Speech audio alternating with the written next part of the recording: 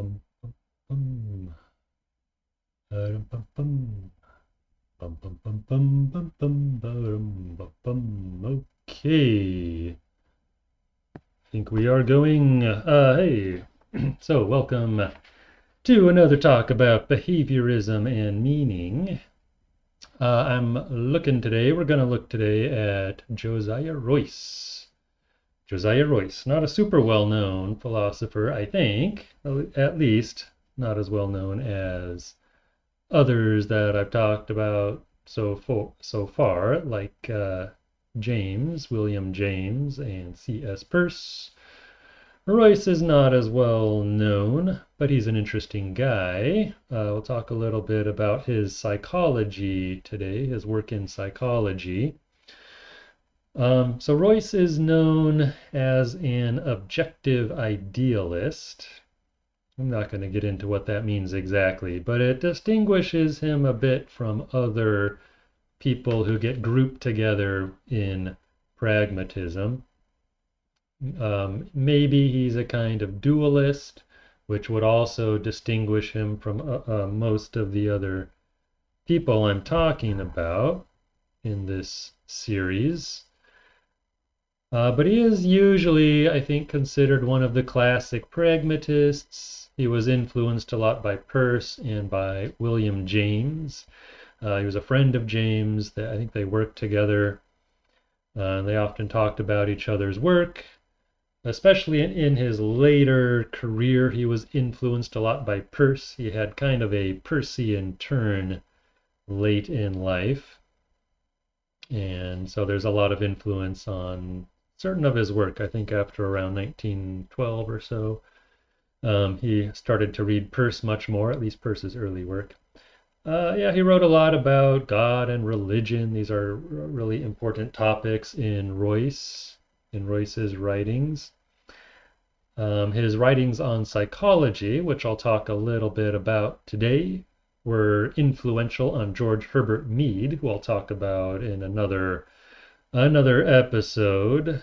Let's see. E.B. Holt was one of Royce's students, the famous, I don't know, famous, but kind of famous, important psychologist that I also like quite a bit.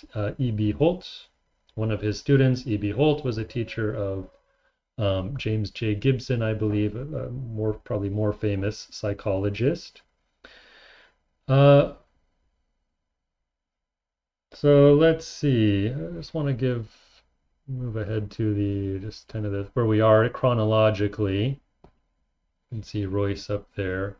Yeah, he's very close, I guess close to James. He's also kind of a similar period as Dewey, I guess closest to Dewey in terms of when he was actually born, his generation. But I don't see a lot of, I'm not aware of a lot of interaction between Royce and Dewey.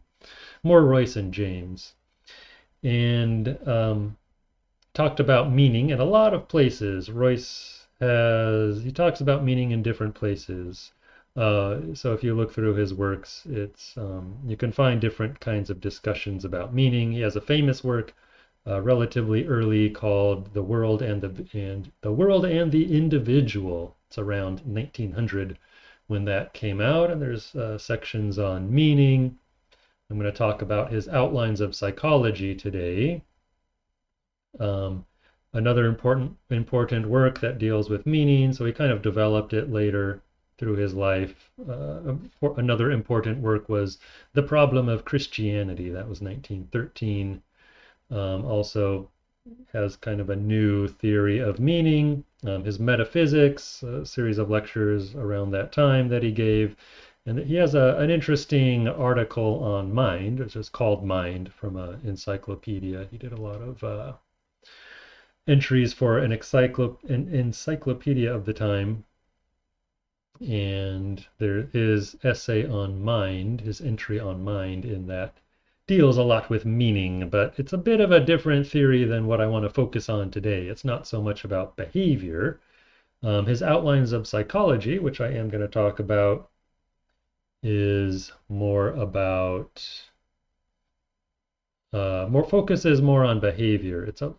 This book is a little unusual for Royce. I'm mainly focusing on it because it was influential on Mead, and it's actually a really interesting work in its own right. It's different, I would say, than a lot of Royce's other work, so it kind of stands out for that reason, or it's a little bit, I don't want to say that this is typical of Royce, I guess, is my main point. I'm focusing on this work, but it's not exactly typical of what Royce usually did, but it's a really interesting work, I think, an early work of psychology. So the book, the psychology, it doesn't deal with deeper metaphysical issues. It's really more focused on psychology, psychological science. It gets into some of the studies people have been done. It tries to clarify work that people are doing in psychology at that time. It's kind of a textbook. Everyone writing at this time, every kind of major philosopher or psychologist had a textbook that they put out around this time in the late 19th century, early 20th century. That was kind of the thing to do. So I'm focusing here on chapters 8, 9, and 12, and I'll explain what those are about. But the whole work is really worth reading. It's interesting stuff. So I want to give a little bit of an outline of this book. So it's an important book, I think, because it was also heavily influenced by evolutionary theory. That becomes explicit in a few places in the book. It's not always so explicit, but that is kind of the background of this psychology is Darwinism, new ideas about evolution, and the spread of that into psychology, thinking about human behavior, human psychology. Let's see. What else did I put on there? Yeah, so he mentions these 3 psychological characteristics, organisms or especially humans, focusing on humans, of course. But I think this is true of all or most organisms, at least higher, the higher organisms, animals, that they have these 3 characteristics, psychological characteristics, which he calls sensitiveness, docility, and initiative. This is supposed to be more inclusive than the traditional division in psychology between feeling, intellect, and will. This was the common division before Royce. Like if you look at the works of Alexander Bain, one of the influential psychologists before Royce and before James. James talks a lot about Bain.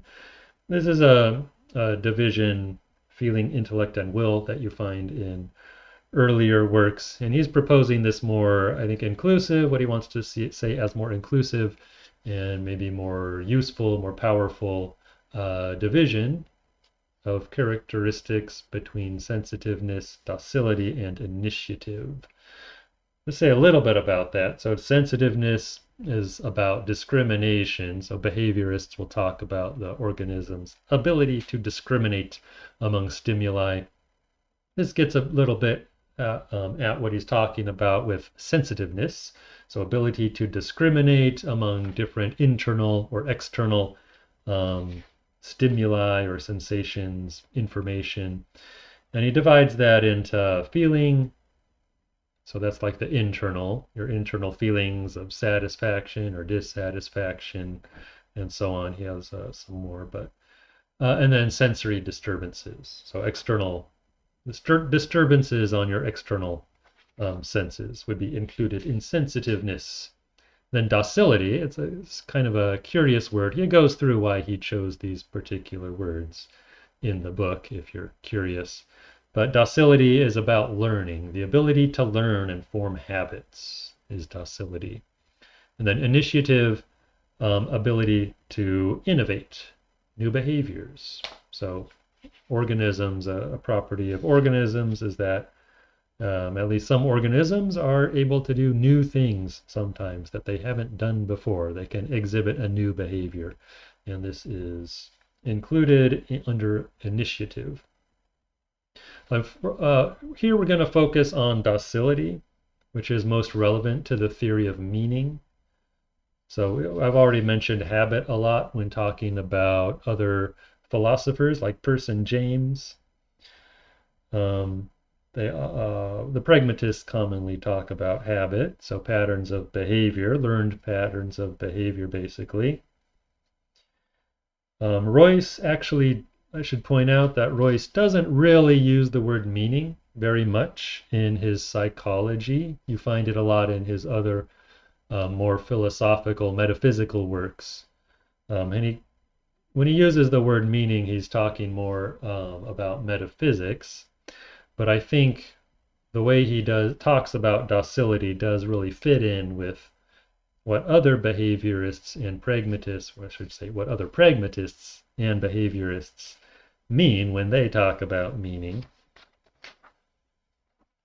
So the topics I'm going to talk about are perception and general ideas, and both of these are included for him as parts of docility.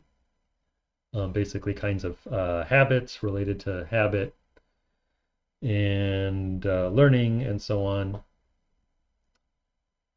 And this is similar to divisions that we've talked about before. You had a similar division in James, in the De Lagunas. I talked about Theodore and Grace de Laguna. You find a similar division when they're talking about meaning. So perception, percepts, something like that, and then ideas or concepts, or you usually find something like that too among the different philosophers. And we'll find that later when we talk about Dewey and other people. Okay, so let's talk about perception a little bit.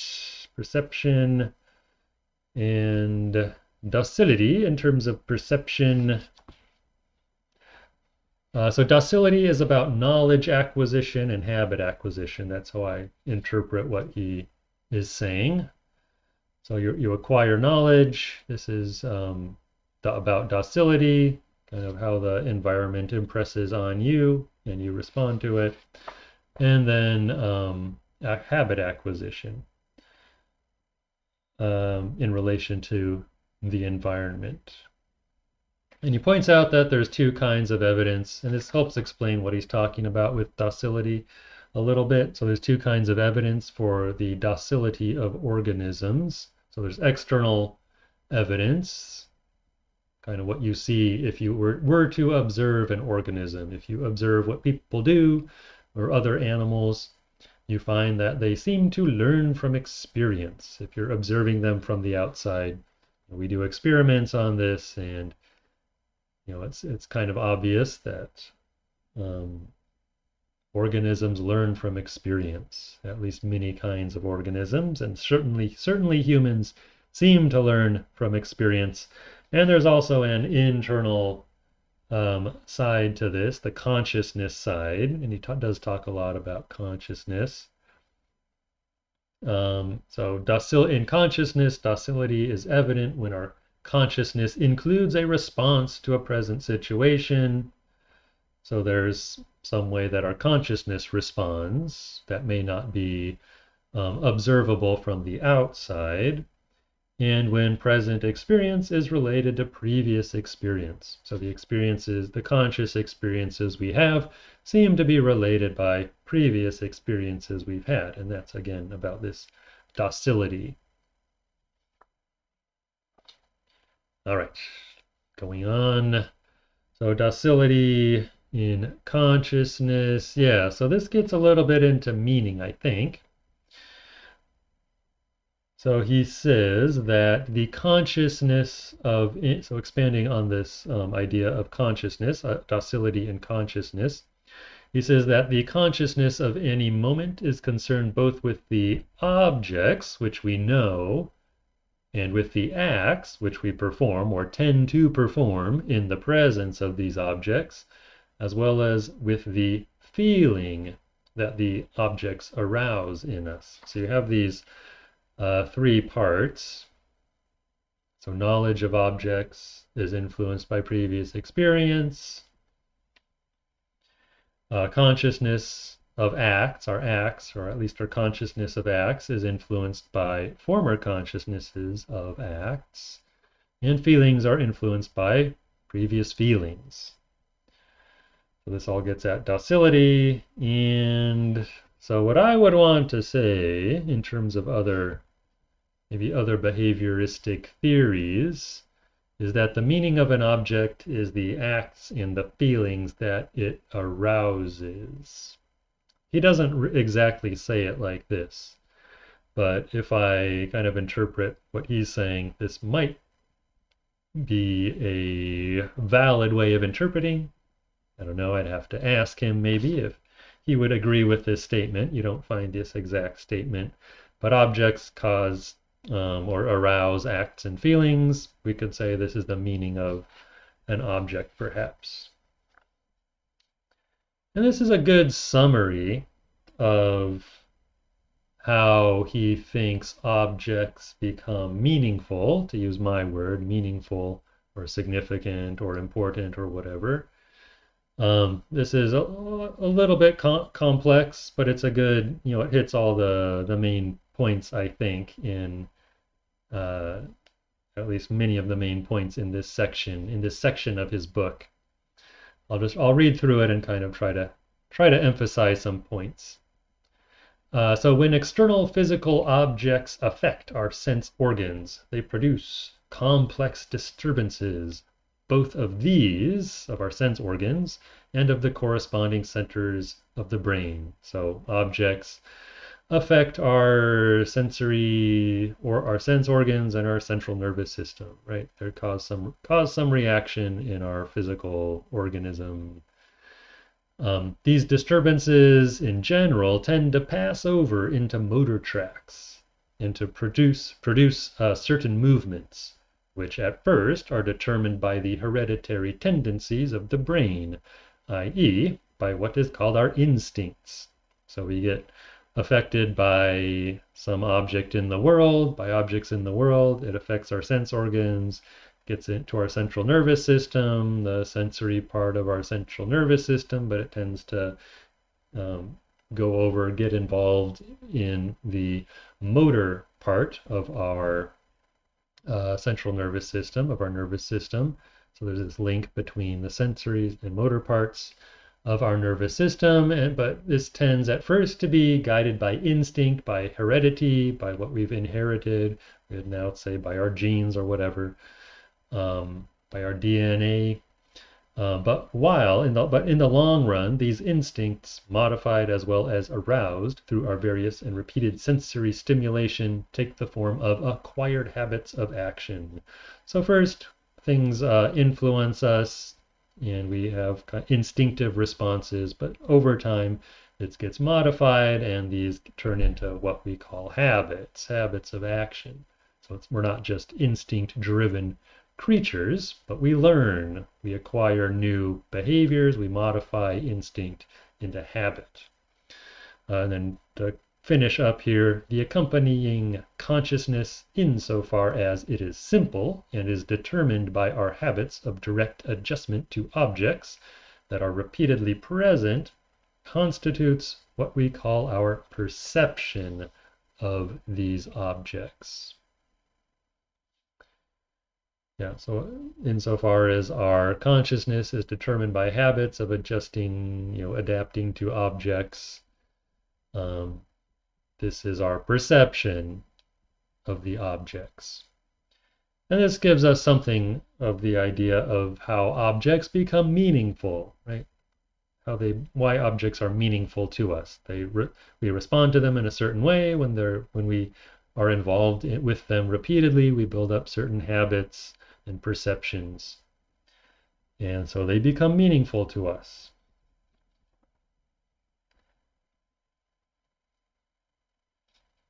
Yes, this is an interesting little quote from him as well.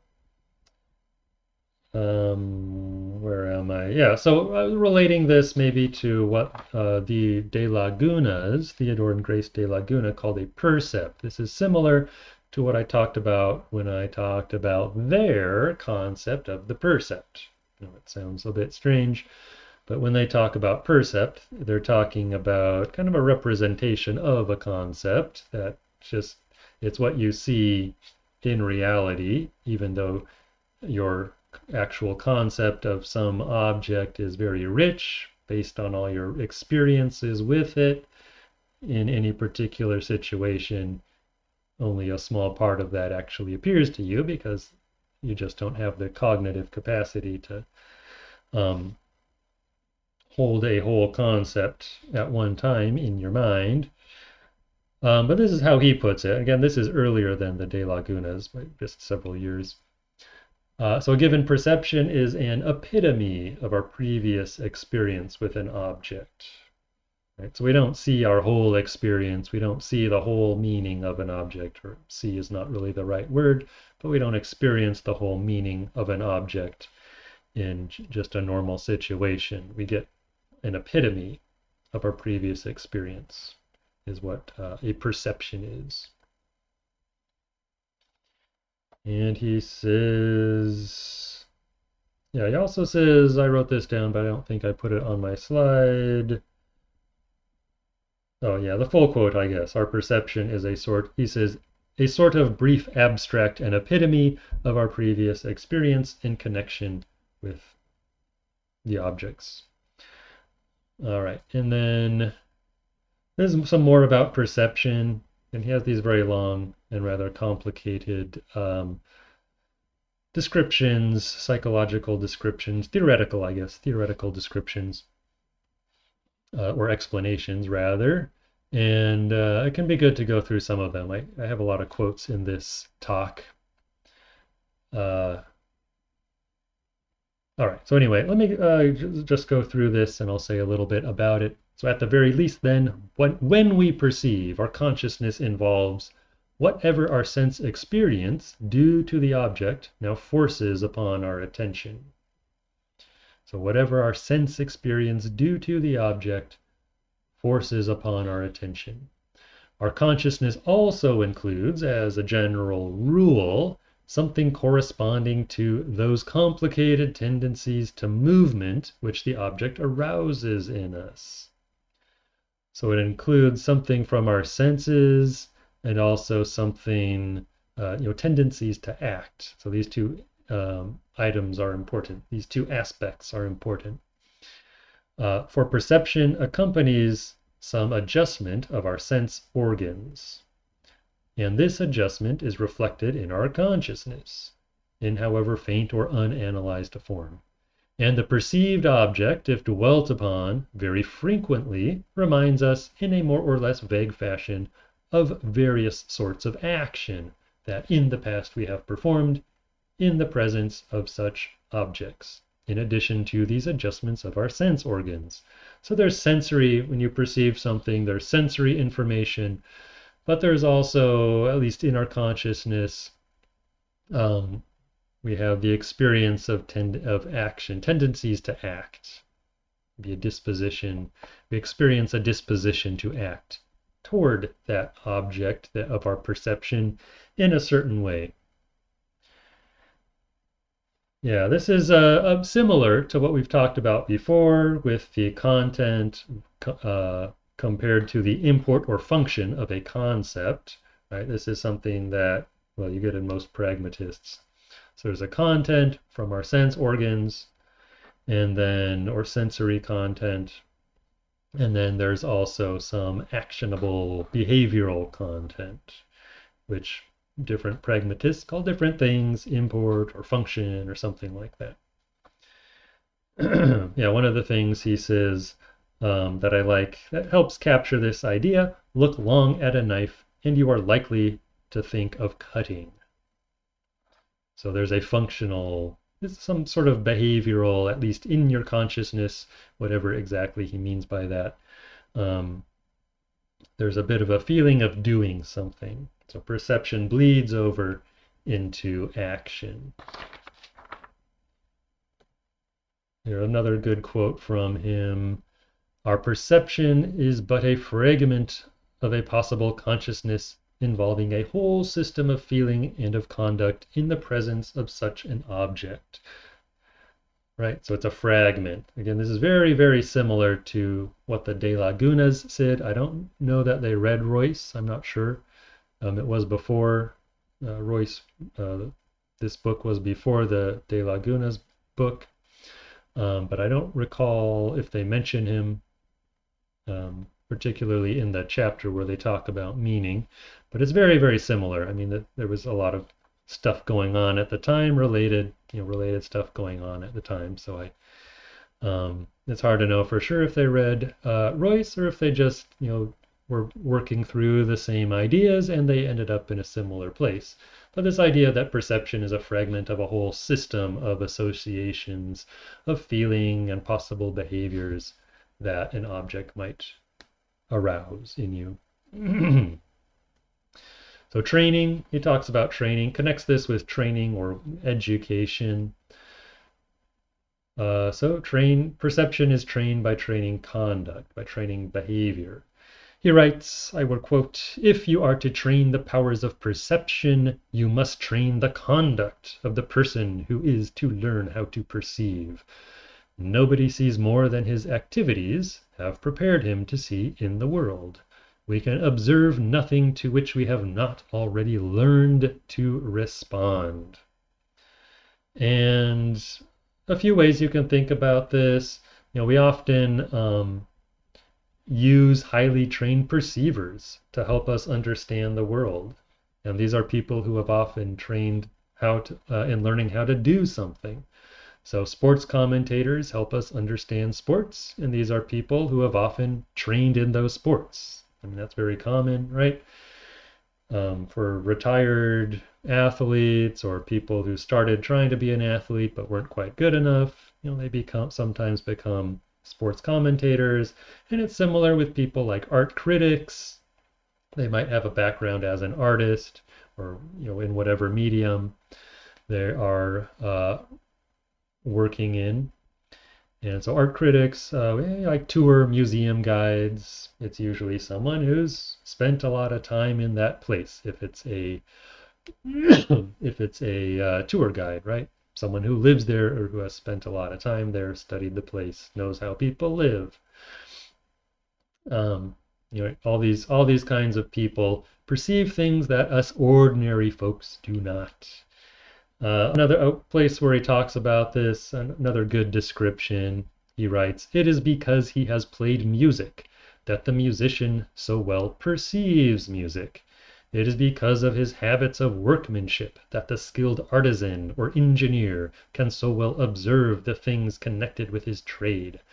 It is because they do not know what to do that the untrained traveler in a foreign land often sees so little, and find what they had hoped to be a wealth of new experience a dreary and profitless series of perplexities." Yeah, so if you don't know how to live in a place, you're not going to see it as well as someone who does. You're not going to know how to interpret what you see, how to perceive it well. You perceive a new place better after you've learned how to live there. This is something a lot of travelers come to understand. I think I've certainly noticed this when there's places I might only spend a day or two, and then there's places where I might have spent weeks or months living, and you definitely appreciate it a lot more, the good and the bad of a place. All right, so we're going to go on to the second half of the discussion for today. So Royce on conception or abstract general ideas. He uses both of those things. Some philosophers make a distinction between concepts and ideas. Royce does not really do that. So it's kind of the same thing. Conception or abstract general ideas. So recall again James and the De Lagunas. Concepts have content. It's one aspect of the concept. And they also have function or import. They have some behavioral consequence. So let me read a little bit more from Royce. The general ideas are the ideas which we associate with those words that have an application to any one of many individual cases or situations. So general ideas apply to many cases or situations. The word man or horse is a word of general application. The knowledge of what this word means involves a possession of a general idea of men or of horses. Now, of what mental material does such an idea consist? So what is the mental material of general ideas?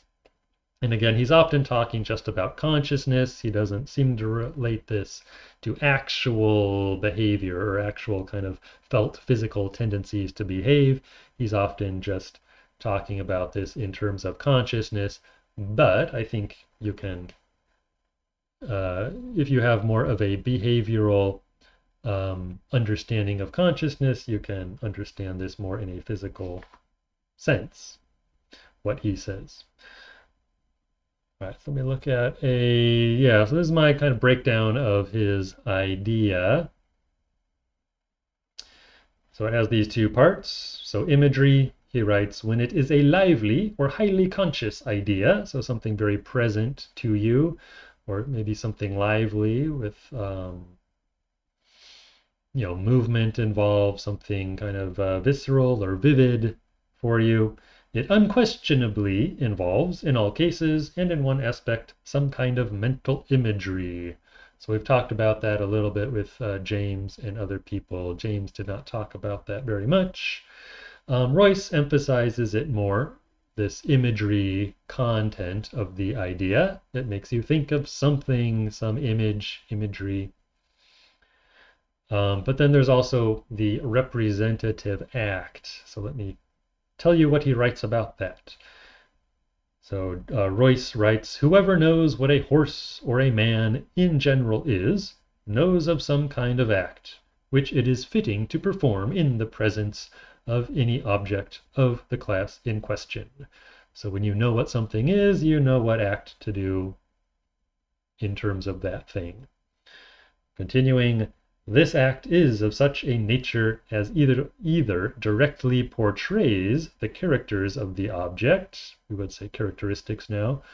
So the act might tell you something about the characteristics, the qualities of the object, or else in some fashion tends, if expressed outwardly, to convey to another the idea of man or of horse that one possesses. So I mentioned his statement about looking at a knife and thinking of cutting. So that's one good example is knife. You have some image. If I say the word knife, you probably have some brief flash of what a picture of a knife or something knife-like. And you might, if you dwell on that more, you'll eventually notice, or at least you'll have be confident that you know what to do with it. If you have a actually clear idea of it, if you have a sound idea of the concept of knife, you'll know what to do with a knife if you had one. All right, so giving, he also does emphasize or mention that giving the appropriate name to an object is one kind of act. So it's not just doing something physically with an object, but also naming it can be part of that, right? When you name an object, then that also clarifies what it is for other people. So knowing how to name things in the right way is part of knowing what a thing is. Let's see, I have another quote. Let me see if I want to bring mention that. Yeah, I think it just emphasizes what I've already said. Right, there's a feeling of confidence that you could perform the correct act, even if you don't perform the act right then. If someone's talking about a horse or a knife or whatever, you might not actually perform something, but you have a confidence that you know what to do in the presence of those things.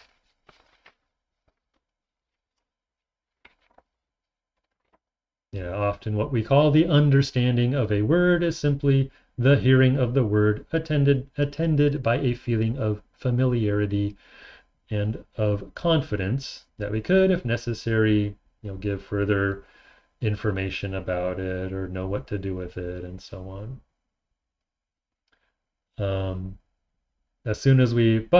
He writes, as soon as we proceed from such feelings, like feelings of confidence, of knowing what to do, to the more concrete act of conception, our general ideas, if they become explicit, must take the form of further tendencies to conduct, of tendencies to portray or to describe or to depict the nature of the object by a fitting series of reactions, such as would be suitable on our part in the presence of any object of the class in question, and such as would be suitable to portray to another our general ideas.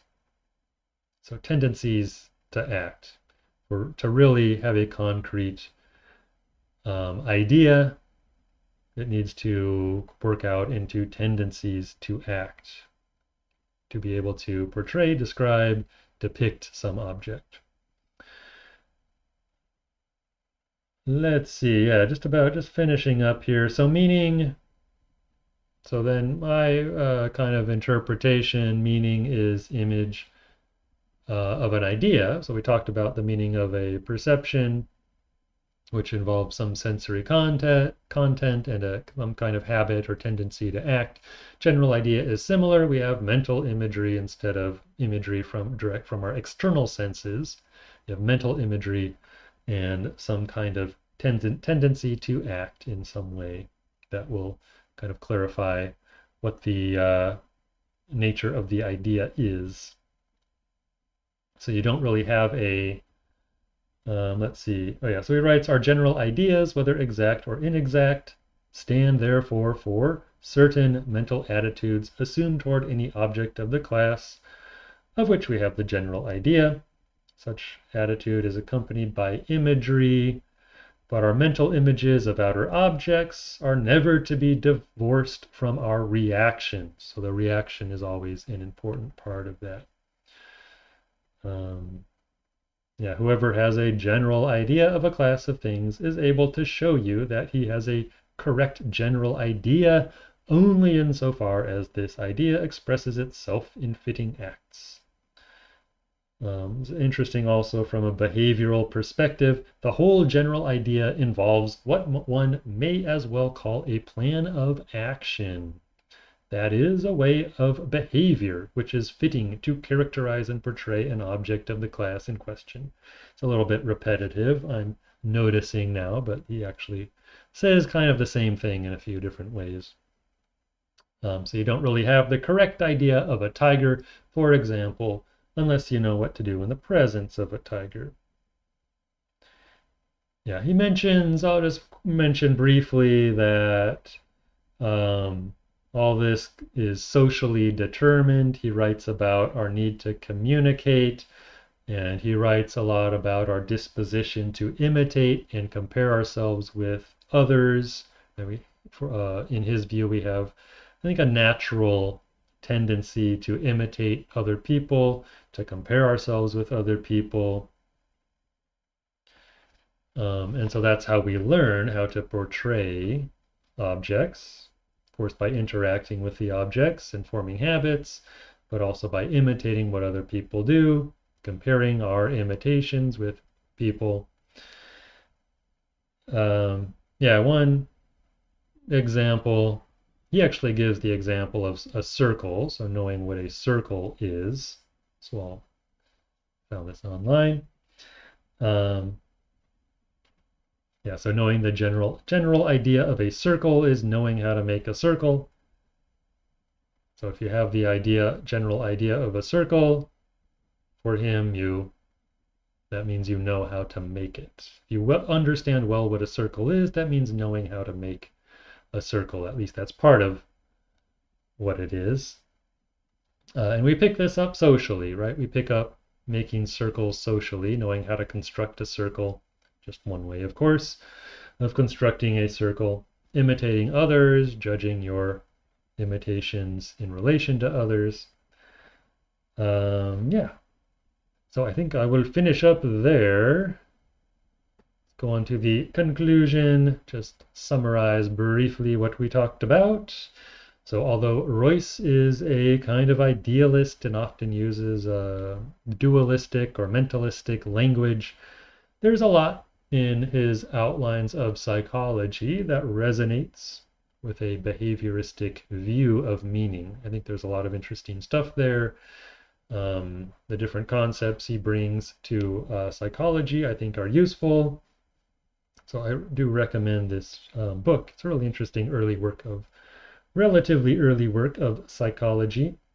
So perceiving an object, learning to perceive an object, is becoming conscious of how to act and feel in the presence of an object. Learning the meaning of a general idea is learning how to act in the presence of the objects, the many objects designated by that idea, or learning how to make such objects. And you might mean, sometimes he says here, being conscious of how to act, being conscious of how to make something. So his theory, I think, fits in pretty well. You might have noticed fits in pretty well alongside people like Peirce, William James, Theodore and Grace de Laguna. Yeah, it's all very much of that time, I think, and still useful today. Still a useful way of thinking about meaning and behavior today. Next, I am going to talk about John Dewey. So, can look forward to that. That's all for today. If you have any questions or comments, please let me know. Thanks for listening. Bye.